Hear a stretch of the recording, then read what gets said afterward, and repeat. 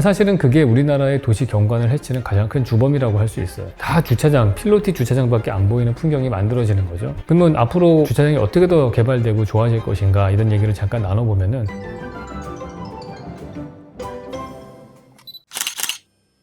네, 안녕하세요, 왓슨 여러분. 이번 시간에는 주차장에 대해서 한번 얘기를 나눠보도록 하겠습니다. 사실 우리 도시 속에 자동차가 들어오게 되면서 엄청나게 많은 것들이 바뀌었죠. 일단 첫 번째로 바뀐 거는 인도와 차도가 구분된 것부터 시작을 할 수 있을 것 같습니다. 어찌 보면은 예전의 길들은 가운데 사람들이 다니고 뭐 마차도 같이 섞여서 다니고 막 이랬었잖아요. 그러다가 자동차가 도입이 되면서부터 본격적으로 인간의 공간과 기계의 공간이 분리가 되기 시작합니다. 왜냐하면은 기계가 인간을 압도하는 힘과 무게를 가졌기 때문에 그럴 수밖에 없겠죠. 이동할 때에는 차도를 확보를 했지만은 어쨌든 사람이 차에서 내려서 머무를 때에는 또 주차를 해야 되는 문제가 생기고, 이 도시 속의 많은 부분들이 자동차를 위한 공간으로 할애가 되고 있습니다. 도로의 경우를 보면은 서울 같은 경우에는 전체 서울의 면적에 도로가 차지하는 면적이 약 13% 정도가 됩니다. 주차장의 모습들은 좀 상이하죠. 특히 맨하탄하고 서울을 비교를 하면은 맨하탄 같은 경우에는 많은 부분들이 다 지상 주차장으로 되어 있습니다. 그러니까 건물이 큰 건물이 있더라도 지하 주차장이 있는 경우가 그렇게 많지는 않고요. 지상에 주차 타워를 만들어서 거기다 세워놓고 옆에 건물로 가는 일이 많습니다. 그 이유는 맨하탄은 기본적으로 그 바닥이 아주 단단한 안반으로 되어 있기 때문에 지하를 파기가 좀 어렵습니다. 그러니까 주차장이 들어가지 못해서 따로 해놓는 경우들이 많고요. 우리나라는 건축법이 특별한 것들이 있어요. 일단 대한민국의 주차 환경을 만드는 것 중에 하나가 당신의 땅에다가 주차를 해결해라. 이게 첫 번째 룰이에요. 예를 들어서 내가 100평짜리 땅이 있던 1000평짜리 땅이 있던 간에 그 땅 안에서 주차를 해결해야 되는 겁니다. 근데 두 번째 법칙이 또 뭐가 있냐면은 땅의 사이즈에 따라서 주차가 가능한 게 있고 안 가능한 게 있어요. 예를 들어서 100평 정도 되는 땅이 있다고 칩시다. 그 100평 정도 되는 땅에 주차장을 만들려면은 이게 램프가 안 나와요. 우리가 지하로 내려가는 지하 주차장 램프를 만들어서 거기 차를 세우고 할 수 있는 그런 면적이 안 나옵니다. 그러니까 자기 땅에서 주차는 해결해야 되는데 지하 주차장을 만들 수가 없으니까 나오는 게 필로티 주차장밖에 안 되는 겁니다. 아마 근생 건물들 같은 거 가서 보시면 1층들이, 저희 사무실도 마찬가지고 다 1층에 주차장이 몇 대가 확보가 돼 있죠. 주차 대수를 결정하는 거는 그 건물의 위에 있는 전체 연면적이거든요. 그 용도에 따라 다릅니다. 그게 주거로 돼 있느냐 아니면 상업시설로 돼 있느냐, 이거에 따라서 주차 대수가 산정이 되고요. 그 주차 대수를 넣을 수 있을 만큼만 그 위로 지을 수 있는 거죠. 그래서 일반적으로 다세대 주택 같은 것들이나 아니면 원룸들이 있는 데는 거의 1층은 다 주차장으로 다 돼 있고 들어가는 현관만 남겨져 있는 경우들이 대부분이죠. 사실은 그게 우리나라의 도시 경관을 해치는 가장 큰 주범이라고 할 수 있어요. 1000평 정도 되는 땅이라면은 지하 주차장을 만들어서 램프로 들어가고 나머지 1층은 다 상가로 만들어 놓죠. 작은 건물인 경우에는 지하 주차장을 만들 수가 없으니까 지상에다 차를 세워야 되고, 그러다 보니까 우리가 도시의 거리를 이렇게 걷다 보면은 다 주차장, 필로티 주차장밖에 안 보이는 풍경이 만들어지는 거죠. 그러면 경치가 안 좋으니까 사람들이 안 걷게 되는 거고 더 차를 많이 사게 되고, 그러면 도시에 주차장을 더 많이 만들어야 되고 차도 폭도 더 넓혀야 되는 일이 생기는 거죠. 제가 쓴 도시는 무엇으로 사는가 책의 1장에 보면은 이벤트 밀도가 높아야지만이 사람들이 걷고 싶어진다, 그런 얘기를 합니다. 조사한 바로는 100m당 좌우로 가게 입구가 30개 이상은 나와야지 사람들이 걷고 싶은 그런 환경이 만들어집니다. 그런 환경이 안 만들어지는 거예요. 걷고 싶은 환경이. 왜냐면 걸어봤자 풍경이 안 바뀌니까, 계속 주차장밖에 없으니까. 서울이 좀 아름답지 않게 된 경우에 저는 딱 두 가지 이유를 제일 많이 꼽는데, 첫 번째가 이 필로티 주차장에 대한 이슈, 두 번째가 발코니 확장. 이 두 가지가 도시의 풍경을 완전히 망쳤다, 저는 그렇게 생각을 해요.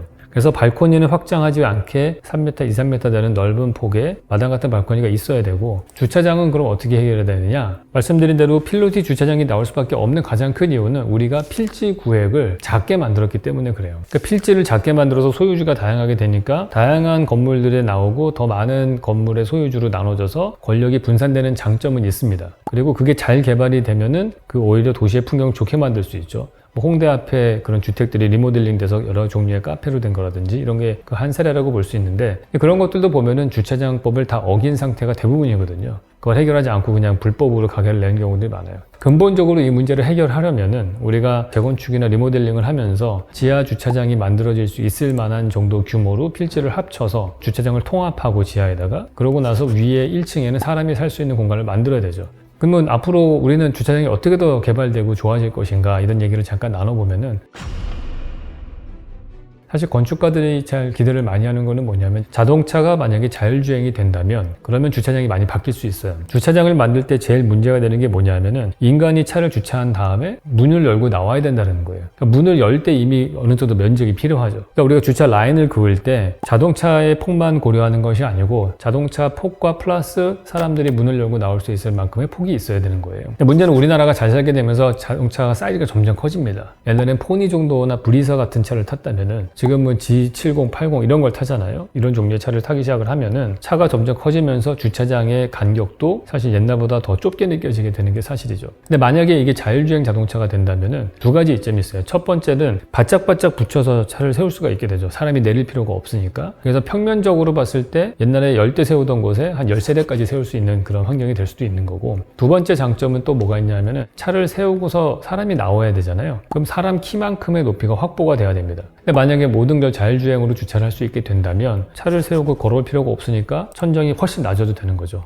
한 1.6m 정도의 높이의 주차장이 만들어져도 된다. 그래서 과거에 예를 들어서 한 20m까지 파야 됐다. 근데 만약에 같은 양의 자를 넣더라도 자율주행으로 다 넣는 게 되면은 한 15m만 파도 되는 일이 생기는 거고, 그게 되면 뭐가 좋으냐면은 현재 우리나라 도시에 많은 싱크홀 사건들이 많이 생기잖아요. 그게 결국에는 우리가 무분별하게 지하를 개발을 하면서 지하에 물의 어떤 생태계가 있는데 그것들이 다 교란이 된 상태거든요. 지하수가 지나가던 곳이 막혀가지고 지하수가 끊기면은 거기가 점점 땅이 마르게 되고, 그러다 보면은 거기가 주저앉게 되는, 그러니까 그러한 지하 생태계도 훨씬 더 좋게 만들 수 있을 거예요. 최근에 더 나아가서 제가 기대하는 것 중에 하나는 뭐냐면은 자율주행 자동차가 된다고 하더라도 자동차 자체가 회전 반경이라는 게 있어요. 바퀴 4개로 움직이기 때문에. 그래서 일반적으로 건너편 쪽 주차하는 사이에 뭐 몇 미터를 띄어야 되거든요. 그게 안 되면 90도로 이걸 세울 수가 없으니까 그 간격을 더 줄일 수 있는 방법이 뭐냐 하면은, 자동차가 있으면은 이게 네모난 플레이트가 우리 자동차 수리점에 갔을 때 보면 딱 자동차 이렇게 드는 거 있잖아요. 그런 식으로 플레이트가 있어서 자동차 밑으로 들어가서 얘를 살짝 들어 올린 다음에 걔가 움직이는 거예요. 그럼 얘는 회전 반경이 제자리에서 360도도 회전이 가능하고 수평으로 이동할 수도 있습니다. 그러니까 평행 주차를 할 때에도 앞뒤 간격이 여유가 없이 바짝바짝 붙일 수도 있고, 뭐 코너링 하기 어려운 데서도 제자리에서 360도를 돌 수 있으니까 언제든지 내가 원하는 각도로 세울 수가 있어서 평면적으로 봤을 때에도 그 기계 장치를 쓴다면 훨씬 더 좋겠죠. 물론 제일 좋은 거는 자동차를 안 타고서 다니는 도시를 만드는 게 가장 친환경적인 겁니다. 근데 그게 가능하려면은 밀도가 확보가 돼야 되는 거예요. 맨하탄에 사는 사람들은 자동차를 가지고 다니지 않고 웬만한 생활들을 할 수가 있어요. 그 이유는 두 가지인데, 일단 도시의 밀도가 높기 때문에 걸어갈 만한 거리에 편의시설들이 다 있기 때문이고요. 두 번째는 지하철 교통수단이 잘 되어 있기 때문에 좋은 것이고, 뭐 하나 굳이 더 든다면은 그 도로망의 그 구획 자체가 60m 간격으로 스트리트가 나오기 때문에 걸어서 1분마다 한 번씩 새로운 풍경이 나옵니다. 그러니까 걸을 때 지루하지가 않아요.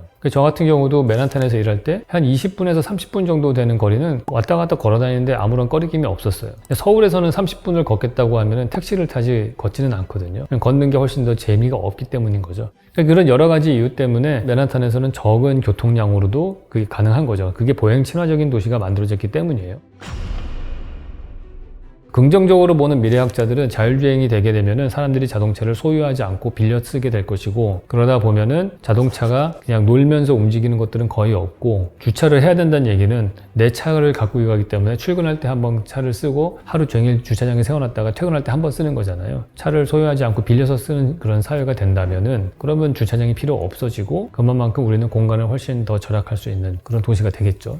그거는 어느 정도까지 기다려야지 될지는 잘 모르겠습니다. 아마 그거는 기술적인 부분보다도 행정적인 문제가 더 클 거예요. 자율주행으로 움직이는 자동차와 인간이 움직이는 자동차가 교통사고를 일으켰을 때 누가 책임이 있는 것이냐, 이게 뭐 예를 들어서 자율주행 자동차 만든 회사가 책임이 있는 것이냐, 그 소프트웨어를 만든 사람이 책임이 있는 것이냐, 아니면 인간의 운전의 실수냐, 이거 갖고서 어마어마한 공방이 있을 거기 때문에 어쨌든 그러한 법적인 문제들이 해결이 안 되면은 자율주행이 기술이 어느 정도 발전을 한다고 하더라도 그게 도시 속에 적용되기 좀 어려울 것 같다는 생각을 해요. 완벽하게 인간이 운전하는 자동차와 그다음에 인공지능이 운전하는 자동차가 공존할 수 있는 그런 도시가 되려면은, 그 제가 세종시에서 만난 자율주행 개발하시는 회사의 대표님하고 그 대화를 나눠봤는데, 그분 얘기로는 인간과 자율주행 자동차가 완벽하게 공존하려면은 한 2040년 이상은 돼야 될 것 같다 얘기를 하더라고요. 그 이유는 단순합니다. 인간이 예측 불가능한 그런 행동들을, 돌반적인 행동들을 너무 많이 하기 때문에 그거에 다 반응할 정도로 인공지능이 발달하려면 완벽한 인공지능이 되어야 될 것이다. 그래서 2040년 이상으로 보고 있더라고요. 되더라고요. 그거보다 먼저 오려면은 한 가지 방법은 있죠. 그걸 확 몇십 년 당기는 방법은 도로에 자율주행 자동차만 다니게끔 하는 거예요. 맨 처음에 마차에서 자동차로 바뀔 때에도 문제가 많았어요. 자동차가 와가지고 말이 놀라가지고 막 사고가 나는 경우가 많았거든요. 그때는 자동차들을 오히려 도로에 못 들어오게 하다가 어느 시점이 돼서는 자동차가 주로 다니게 되는 걸로 바뀌었죠. 한 10몇 년 지나고 나면은 법안을 해서 이 구역에서는 자율주행 자동차만 다니고 인간이 운전하는 자동차는 그냥 돈 내고 네가 트랙에 가서 운전해라. 이런 식으로 바뀔 수도 있을 것 같다. 그렇게 될 때 자율주행 자동차가 훨씬 더 이 도시 속에 빨리 들어올 거고 어찌 보면 그거를 빨리 행정적으로 처리를 해야지 우리나라가 전 세계 시장을 석권할 수 있는 그러한 리딩 국가가 되지 않을까.